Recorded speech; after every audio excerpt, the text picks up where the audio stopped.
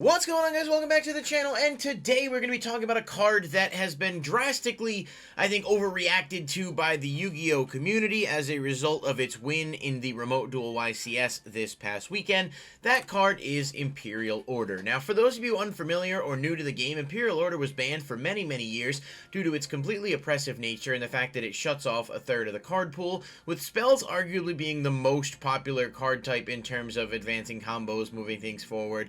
In other words, if all your spells are negated, a lot of decks have trouble actually playing.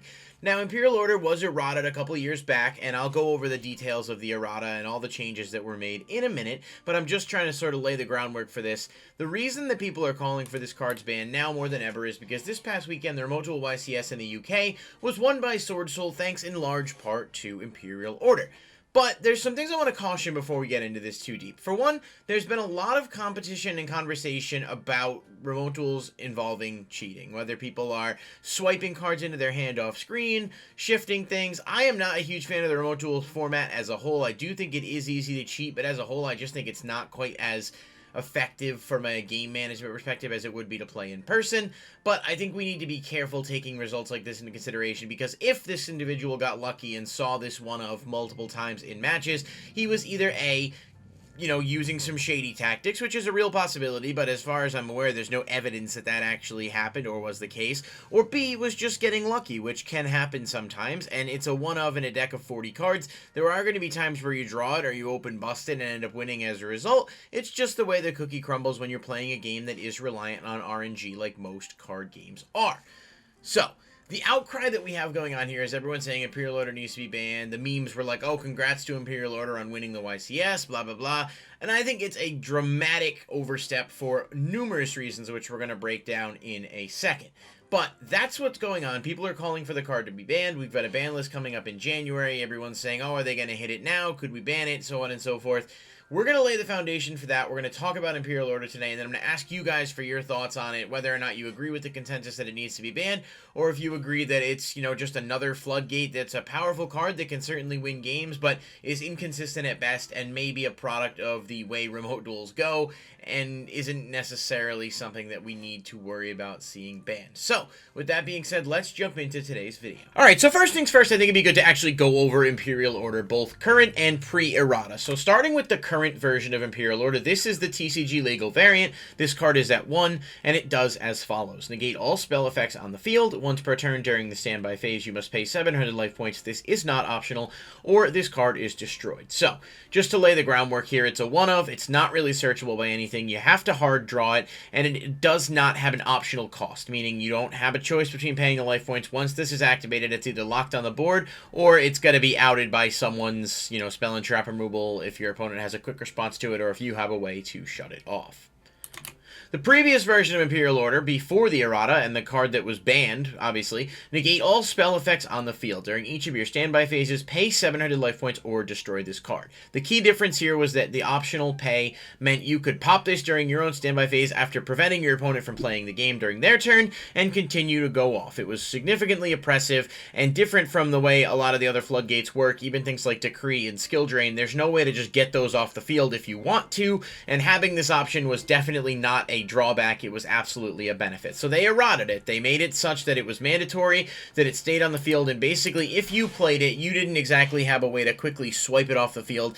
This is what you were dealing with. So, is shutting off spell effects more problematic than shutting off other card effects? Another card that people often talk about when it comes to Imperial Order is Royal Decree. Negate all other trap effects on the field. Anyone that's played Yu-Gi-Oh for a long time is aware that Royal Decree is nowhere near as powerful as Imperial Order. For one, spells are a lot faster and a lot more essential to a lot of strategies, and two, traps just don't see as much play, although they have seen a recent spike in the current metagame. Royal Decree just doesn't do enough to stop as many decks as Imperial Order does, because stopping spells is often more powerful than stopping traps. But people will always say, well, Decree's legal, and at 3, why isn't Order? And that's sort of the difference, is the power discrepancy between the two. Obviously, Imperial Order could not be at 3, because if it was, it would be much more consistent, much easier to get, and you'd be able to really just kind of dominate your opponent to the point where you have a significant advantage if you go first and draw it, whereas now you're really banking on the chance that you might get it with no, consistency, oppression sort of thing going on. Royal Decree is a floodgate, Imperial Order is a floodgate, but there's very different levels of power between the two cards and what they do. No one's crying for Royal Decree to be banned or even limited or anything else, but it's still hitting a third of the card pool. So while that argument is definitely a little bit skewed because spells are more important, I just wanted to put that into context because it's often one of the most common questions that people will ask is, well, why isn't Decree banned then? Why don't we hit Decree? And it's just different. Imperial Order is just stronger. Stopping spells is stronger as a whole. But that's not the only floodgate that has had people talking lately. Another one is Summon Limit. Summon Limit is a really powerful card. I've talked about it ad nauseum in videos about being a really, really good option. Some decks could main it, a lot of decks can side it, and it does a ton to shut off the decks that it's really effective against. Anything that needs to summon more than once, essentially, is going to be hurt by Summon Limit because it can lock you down. So trap decks, decks that don't need to summon a lot, can make their big monster, activate Summon Limit, and unless you have spell and trap removal, you're pretty much fucked.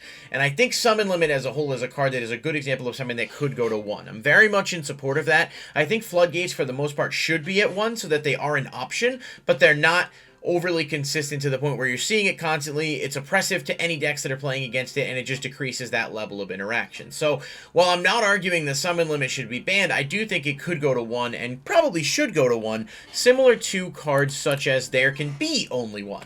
This is a bit different in terms of each player can only control one monster of each type, so it's directly, beneficial to decks that don't necessarily rely on single type monsters.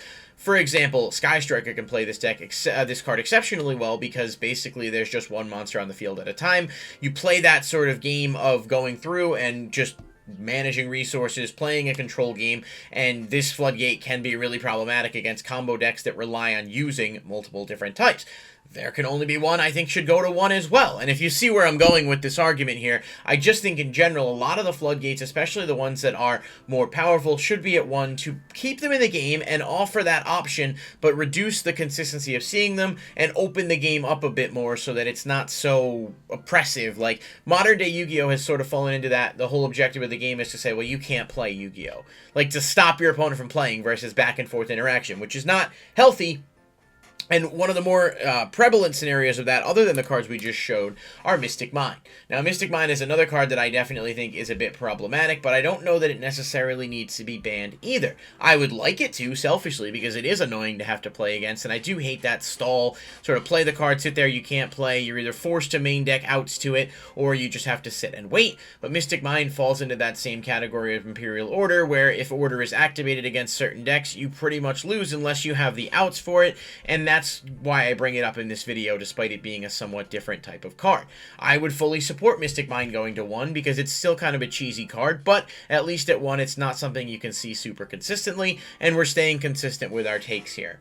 Where I'm going with it, all of it, bringing it all together, is that I think for the most part, Imperial Order is fine at 1. It is a powerful card, potentially even a broken card if you really look at it on the surface, but it's still not consistent. People that are crying about wanting the card to get banned have either lost to it or are a bit, sort of misunderstanding exactly its representation because, it did well at that YCS, because that guy was able to get it multiple times, and we don't even know what the circumstances were with the, remote duel scenario, as I've said a couple times now. I think Imperial Order is really powerful. I think it shuts off a lot of cards, but just like Skill Drain, just like Decree, it has a place in the game and is fine as a one-of that you can see certain times, can be a really good counter to things, but you really have to consider that consistency is super important, and the fact that this card has no easy way to access and is just sort of a one-of, sort of more sacky than not, sure, but then we're arguing for a lot of cards that are at 1 that can be sacky. Harpy's Feather Duster could be a sacky card if you top deck it at the right moment,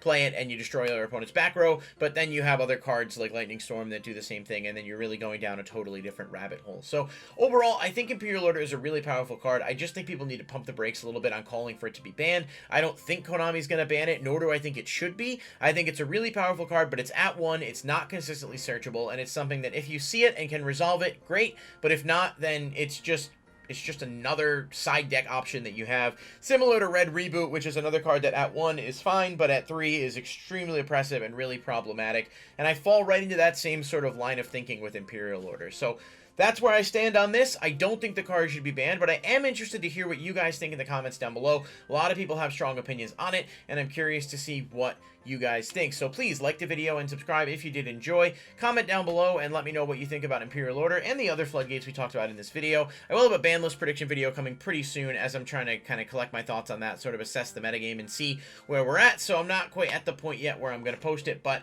hopefully pretty soon we'll get that going. Thank you guys so much for watching, and I'll see you next time. Peace.